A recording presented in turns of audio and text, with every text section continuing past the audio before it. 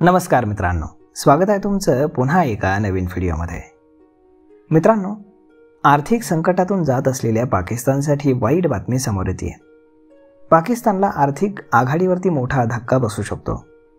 जागतिक बँकेने बुधवारी चालू आर्थिक वर्षासाठी पाकिस्तानचा विकास दर हा 2.7% राहण्याचा अंदाज व्यक्त केला आहे। गेल्या वर्षी ऑक्टोबरमध्ये प्रसिद्ध झालेल्या पाकिस्तान डेव्हलपमेंट अपडेटमध्ये जागतिक बँकेने चालू आर्थिक वर्षात पाकिस्तानची अर्थव्यवस्था 2.8% वाढेल असा अंदाज वर्तवला होता आणि आता मात्र तो कमी करण्यात आला आहे। शिवाय आर्थिक वर्ष 2025 साठीचा GDP वाढीचा अंदाज IMFने 2.6% पर्यंत कमी केला आहे। पाकिस्तानी वेबसाईट डॉननुसार जागतिक बँकेने म्हटलंय की पुढच्या आर्थिक वर्षामध्ये म्हणजेच आर्थिक वर्ष 2026 साठी आर्थिक विकास दर हा 3.1% आणि आर्थिक वर्ष 2027 मध्ये 3.4% राहण्याचा अंदाज आहे।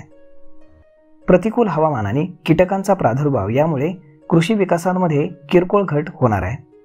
कर्जाचं स्तर, धोरण आणि जागतिक व्यापार अनिश्चितता आणि हवामानाच्या बदलांच्या धोक्यामुळे जोखीम अजून जास्त आहे।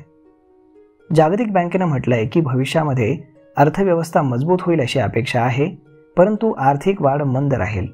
तसेच लोकसंख्या वाढीसह रोजगार निर्मिती आणि गरिबी कमी करणं हे आव्हानाचं राहणार आहे। पाकिस्तानच्या शेअर बाजारामध्ये देखील मोठी उलथापालथ झाली आहे। काश्मीरमधील पहलगाम येथे झालेल्या दहशतवादी हल्ल्यानंतर पाकिस्तानी शेअर बाजार सतत घसरतोय।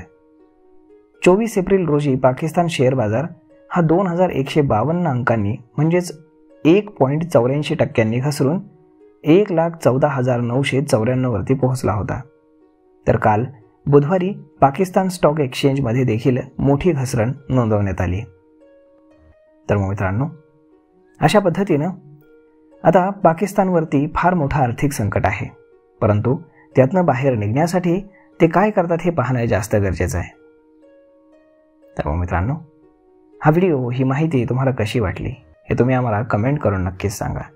आणि जर हा व्हिडिओ तुम्हाला आवडला असेल तर आपल्या जवळच्या मित्रमंडळींसोबत देखील हा व्हिडिओ तुम्ही शेअर करायला विसरू नका। धन्यवाद।